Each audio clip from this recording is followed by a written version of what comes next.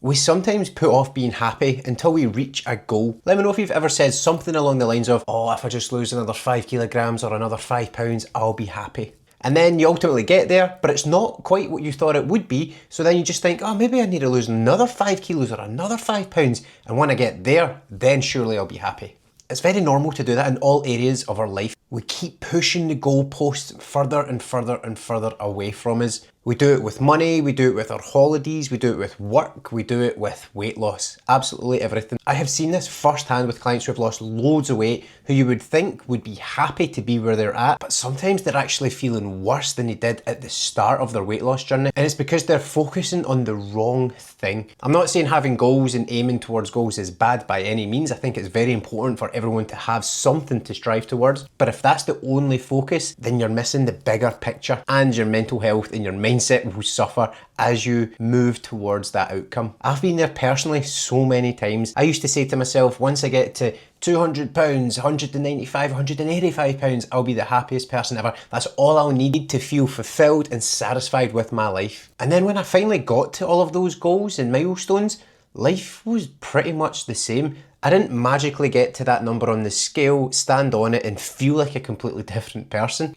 All I did was say, nice one, well done. And then automatically I was thinking, what's next? And after a while of hitting these milestones and moving towards them, things become a bit numb. And you're never really in the moment taking stock of what you're doing to become the person that is getting you towards these goals. And I feel like that's where the disconnect lies with my clients. They are so fixated on that end destination that they're missing the small daily victories that they're doing every single day on the pursuit of that goal. And when we miss those small daily victories, all we're really focusing on is that inner critic, that inner dialogue that's probably saying something like, you're not there yet, why is it taking so long? Are you good enough? Maybe you're not good enough, maybe you should just quit. And that internal dialogue can take over the mindset of someone who is doing the right things, but just because they're not all the way at their end destination yet, they're feeling miserable, they're feeling really low and feeling depressed because of that. So I've had to have this same conversation with my clients many times before. When I sit them down and say to them, give me 3 things that have gone really well this week in your health and fitness journey. Just 3 things. Oftentimes, many of them struggle to even say that, despite the fact that every day they're hitting their step target, their water target, their protein target, they might have got a workout in, they might have actually have given some advice to a family or a friend, all of the things that they would never have done 3, 6, 12 months ago. And it's these small behaviour changes in time which is basically making that person a new person. And it can be a hard mindset shift to believe because we're so conditioned from a young age to think that getting a gold medal and winning is the best thing, that's the only outcome, especially in sports nowadays as well. You know, we have leagues, we have championships, we're always striving to be the best, and if we're not number one, we're a failure. But when it comes to your health and fitness and your mindset, that way of thinking isn't always the best. You reaching an outcome isn't the end goal. What truly is the end goal is the person you become on the run up to that outcome. You have to change as a person. The habits you do, the behaviors you bring to life change. The person you become on pursuit of that journey